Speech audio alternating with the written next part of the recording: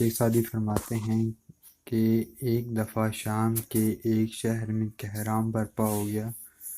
لوگوں نے اس کا سبب پوچھا تو معلوم ہوا کہ ایک سپاہی ایک پارسا کو پکڑ کر لے گئے ہیں۔ میں اس مرد حق کو قید خانے میں ملنے گیا تو دیکھا کہ وہ نہایت ہی اطمینان سے وہاں بیٹھا ہے اور اس کے چہرے پر ملال و نشان نہیں۔ میں نے اس سے پوچھا کہ آپ اس قدر مطمئن کیوں ہیں؟ اس نے کہا خواہ عزت کا مرتبہ ہو یا ذلت اور قید، میں اسے اللہ کی طرف سے سمجھتا ہوں، نہ کہ امیر و وزراء کی طرف سے۔